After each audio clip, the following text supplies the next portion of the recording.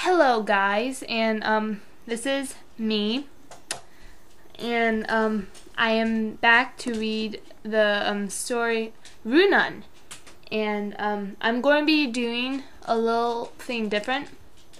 This is mostly the thing different. I'm going to start doing these videos, and I'm going to be saying some language. No, not like bad language or anything. I'm just going to like say a different language. I'm just going to say random stuff mostly. It's because there's a part in the story where you have to be like and all that other stuff, and I'll try my best to pronounce it right. But I hope you like this. This is chapter 3, guys.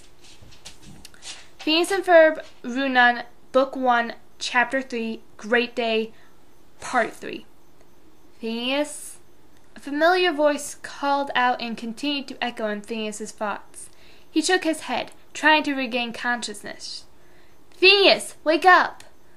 Phineas blinked a few more times before he could recognize a face in several locks of green hair. Ferb, is that you? My head. Yeah, it's me. Can you stand? Ferb asked softly as he grabbed his brother by the arms, carefully lifting him up to his feet.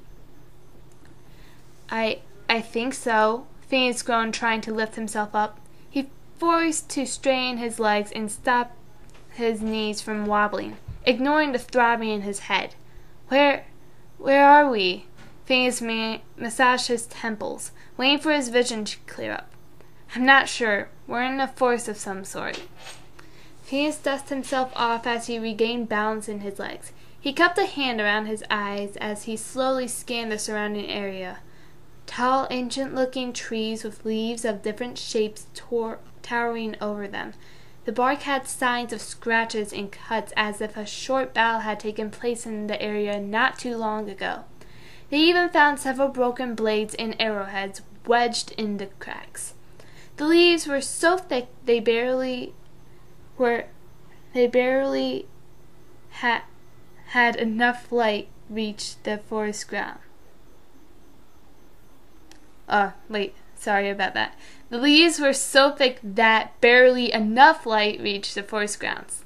Each branch was covered in luxurious green, thick vines. The grounds were filled with patches of grass and dried leaves that gave a soft, crunchy sound at every step. Phineas turned several times around, marveling the beauty of the forest. Are we still in Danville? I don't think we're in Danville anymore, Phineas. Then where are we, and how in the world did we get here? You grabbed the wrong blueprints. Huh? Ferb took a few slow steps forward, ushering Phineas to do the same. Where are we going? We go there. Ferb pointed at the direction to his left. So you know this place? No, the plants are greener over there, which means it's closer to civilization. Ferb had a better sense of direction than his brother, even if he didn't know where the place was. The green-haired young man stopped and observed his surroundings. Phineas was about to ask another question when his head throbbed painfully. He closed his eyes and shook his head again. Are you okay, bro? Ferb asked. Yeah, my head just hurts a little. What do you mean when you said that I grabbed the wrong blueprints? We were working on our invention for the science fair in the garage. You picked up the wrong blueprint and followed the wrong design. Oh, yeah, Phineas said, walking through a thick bush that bore eye-colored fruit. He picked a few and played them around the center of his palm. I remember some sort of large hole that sucked me in. Then I blacked out after that.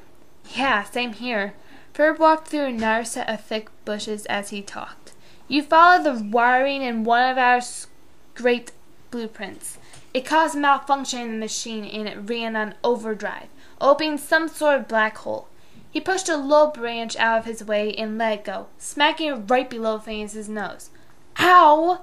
Phineas fell backwards against a tree, then doubled over, rubbing the end of his nose viciously. Phineas, are you all right? Where are you? Phineas, Ferb said with a hint of panic in his voice. I'm down here. Phineas raised his hand as he rose to his feet while he rubbed the end of his face gently, checking for any signs of blood. For someone who knows everything, I expect you to be more shh. Ferb quietly spied Phineas, grabbed a hold of him, and covered his mouth. Just stand still. Did you hear that? Ferb whispered as soft yet audible as possible. Phineas obeyed, keeping his ear open for any unusual sound. After a few minutes of silence, he heard an unusual noise. It became louder and louder. Whoever or whatever was making that sound was coming closer and closer at a surprisingly fast pace. Nearby bushes rustled, making both of them jump in surprise. The rustling bushes moved closer and closer, as if there were small cars being driven in a sea of grass. Ferb, are these kind of bushes supposed to be moving? Before Ferb could give a proper reply, blue-skinned, insect-like creatures jumped out of the bushes, armed with spears and bows and arrows, the sharp tips pointed at them. They were more or less 6 feet tall and resembled a weird combination of a human and a beetle, with hard shell-like skin and menacing red eyes. The brothers took a few steps back in fear and caution. Great! So Phineas, got any good ideas? Phineas looked around the area, looking for something that could be of use. He soon spied a rusty old sword nearby, half wedged into the soil. Ferb, dude, I've got a plan. Cover me. Phineas ducked low and turned to a sprint, aiming to get a hold of the sword. Cover you with what? On Phineas's move, the beetle-like creatures released arrows and charged with the silver-tipped spears. Ferb acted on instinct and hid behind a large tree. One of the creatures aimed an arrow at the red head and released it with a soft twang. He barely dodged it, the arrow having split part of his orange-striped shirt. Most of them charged towards Ferb, shooting endlessly at the tree he's hiding in. In panic, Phineas dragged his feet faster, finally reaching the handle of the sword. He tugged on it twice or thrice before successfully unshelving it from the ground. He held on firmly to the handle. The leather wrapping around it felt rough and old. The blue-skinned creatures halted and stared at the young man wielding the sword, distracting them from Ferb. Phineas closed his eyes and charged at them, swinging the sword aimlessly, nearly cutting off his brother's hair. Hey! Watch where you're swinging that thing! Sorry, bro.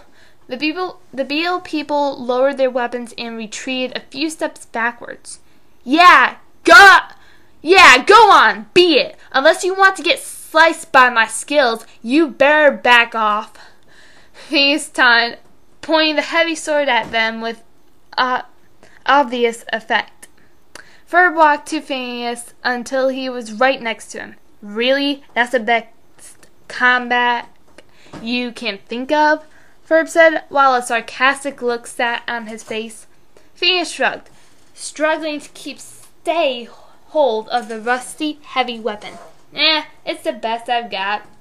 One of them stepped forward, dressed in a brown animal pelt, and carried a skull-decorated wooden staff.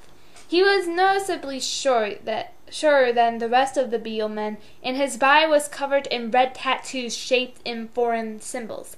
Based on the way he dressed, he resembled some sort of old tribal shaman. His back hunched forward as he walked towards them, using the staff as some sort of cane to keep him balanced. He stopped a few feet in front of them and then announced words in a soft but stern husky voice, in a language unfamiliar to both of them. Chak! Makaka okaska asham. I don't know. The brothers looked at each other, eyebrows raised.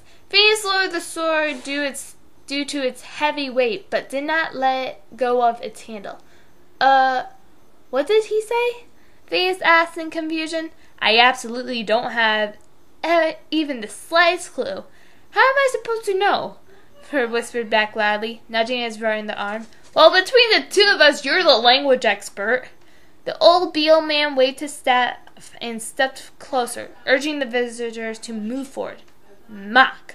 He swirled his staff in a circular motion in front of them, then pointed it to the men behind him. Mock! He repeated, stomping the end of the staff hard on the forest floor. I think he wants us to follow them, Ferb whispered.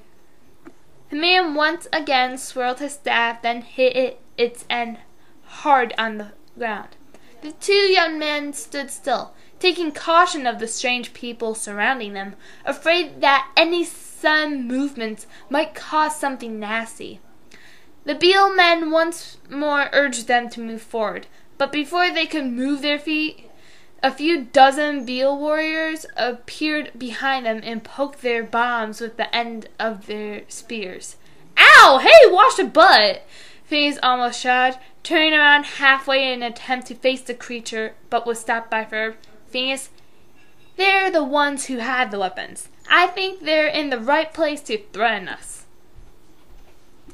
They grasped firmly to the wooden handles and pointed the spear sharp ends at their backs, forcing the two to walk for a few couple hours until they've reached a clear pathway. The plants were different than from the ones they've seen deep in the forest. The leaves had a variety of hues of green, blue, and purple. The trees seemed to get taller and taller the more minutes passed. A variety of shouts and giggles came from up ahead, catching the boys' attention. They saw three little Beale children dressed in robes of leaves. Their enjoyment and laughter ceased to a stop upon seeing their small parade of spears and arrows.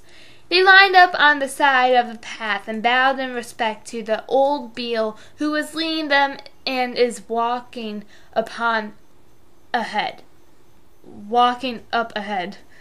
One of them gasped and pointed at Phineas while pulling her antennas backwards, hiding them behind her head, causing the others to hide behind her back. Their big black eyes stared at them either with fear or curiosity. Phineas wondered, confused about their reactions, until he realized he was still holding a rusted sword in his hand.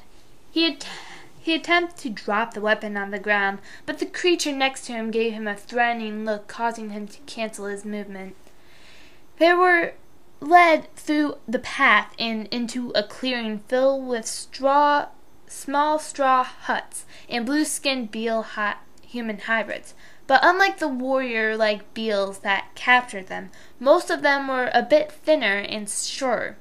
They stopped their work and stared at the two strangers with curiosity. The shaman Beale turned around and raised both his arms with his palms facing them. The Beale warriors lowered their weapons, bowed, then walked away. Mock! The old Beale man said once again, this time tapped his staff twice on the ground. They continued to track through the place, still receiving the same strange looks, most of them pointing at the sword in Phineas's hand. The man leading them stopped and pointed his staff in front of him, towering a set of stairs that led to a leaf-curtained entrance.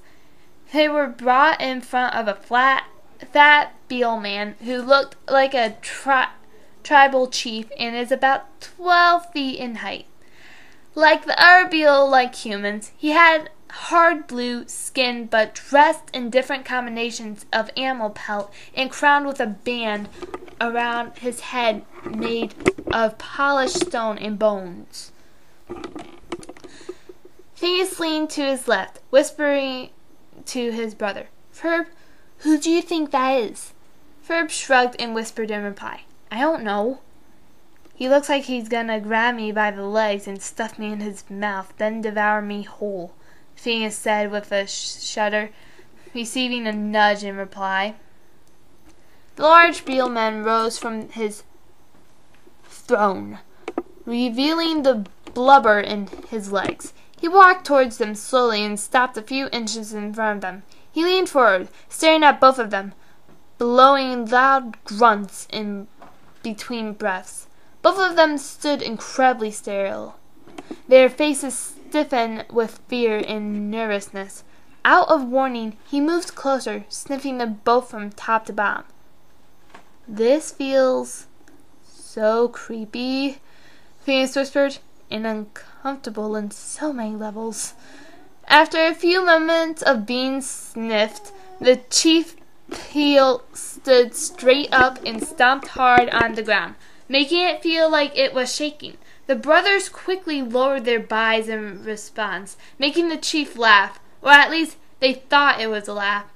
"Come on, Nosai, Kosera limbs," the chief said with a booming voice, lower by many octaves than the shaman.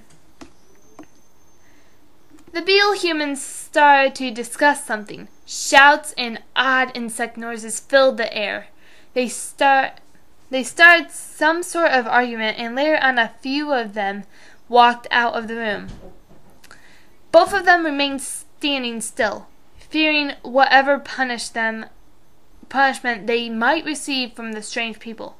"Dude, we are so dead," Phineas said, exasperating. "Not yet, but we are going to be." The chief called the man who escorted them there and whispered something to him. The shaman Beale nodded his head, and the fat Beale man resumed his position to his seat. The shaman raised his staff and shouted a loud "ooh" at the top of his lungs. His shout turned into a screech, making the two 22-year-olds shut their ears and eyes tight. The screeching ceased, but their eyes remained shut. "I think this is the part where they sacrifice us to the volcano god or something. I think you watch way too many movies, Phineas." "Fine, but if anything bad happens, I blame you." Crowds of chattering started to come from all directions. Phineas opened his eyes slowly, curious to find out the cause of the commotion. From behind curtains of leaves and vines, Beale women appeared carrying baskets of fruit and flowers. They wore grass skirts and small buds of flowers in their hair. One of them took the sword from Phineas's hands and gave it to a buff-looking Beale man wearing a live duck-like creature on his head and a scar across his right eye. Phineas was relieved the heavy sword was out of his hands, but at the same time regretting to give away the only thing they had to use as a means of protection. The girls pulled them outside and led them through the village. This time, however, they were dropped off to separate cottages. An old Beale woman gave them instructions, adding hand signals to make sure they understood her despite the foreign language she used. They were allowed to stay in their cottages for the night. At nightfall, they were served with a few fruits to eat in a large hall. It seemed like a custom for their tribe to eat together. After dinner, they were sent off to their respective quarters. Phineas insisted on staying in the same cottage as Ferb, but they told him to stay on his own. Soon the village put out all the lights, announcing time for sleep. Phineas laid in bed awake. The bed, despite being made of branches and twigs, it was comfortable. The redhead groaned and turned to lie on his side, facing the window. Sky was cloudy, but just enough stars could be seen. The formation and the arrangement of the stars were different, not from theirs. Phineas was sure of it. He and Ferb would climb on their roof many times when they were young and go stargazing. "Ferb, look! I found the big spoon." "It's called the Big Dipper, Phineas, not the Big Spoon." "But it looks more like a spoon to me." "Phineas, look out there. I found this Calenus constellation." as the 7th one I found tonight. No fair. You know more constellations than I do. They would search for constellations all night, connecting the stars like a connected dots game. Phineas yawned, realizing he was more tired than he thought he was. He didn't want to go to sleep, knowing that they were in some strange unknown place. But it didn't take long till his eyes gave way to slumber. The early rays of the sun peeked out over the horizon. The light landed onto Phineas's eyes, waking him up. Phineas pushed himself upwards in a sitting position, rubbing away the trace of sleep in his eyes. Good morning, Phineas stopped mid-sentence, recalling that they had slept in separate rooms. He jumped off the bed and did a few stretches. He felt a little pain in his legs, more like phalangeal from all the walking they did yesterday. He pulled back the curtains that served as the door of the cottage and stepped outside. The village looked a lot more different early in the morning. A lot less people roamed around, but most already started with work. He started to roam around and familiarize herself with the place. Some looked at him strangely, but gave his presence no heed. Their arrival must have already become old news. No one seemed to care when Phineas started to do a little exploring on the village. After an hour or so, he decided to return to their cottages. He didn't see his brother outside, assuming he was still asleep. Strange. Why isn't Ferb up yet? The redhead muttered to himself. He sneaked over to Ferb's cottages to take a look. Ferb, you in here? He looked around, but was surprised to find the place empty. The bed was made, with no trace of anyone ever sleeping there. The thought of Ferb disappearing brought an image of his brother being murdered in his head. A rise of panic chills ran up and down his skin. He checked through the small cottage, checking for any sights of his brother. He ran out of the cottage and called out for his brother. Ferb! Ferb! The Beale people stopped in their tracks and stared at the odd little man as he screamed frantically. The old shaman Beale walked out from behind the cottages and grabbed Phineas's shoulders. Phineas jumped back in response. The man nodded at Phineas, then pointed to a set of thick bushes in between the two cottages that led to a clear opening. From afar, he recognized a set of green leaf-like hair stand out amongst the sea of blue-skinned people. He thanked the man and ran to Ferb. He pushed through the crowd of people, anxious to see his brother again. Ferb!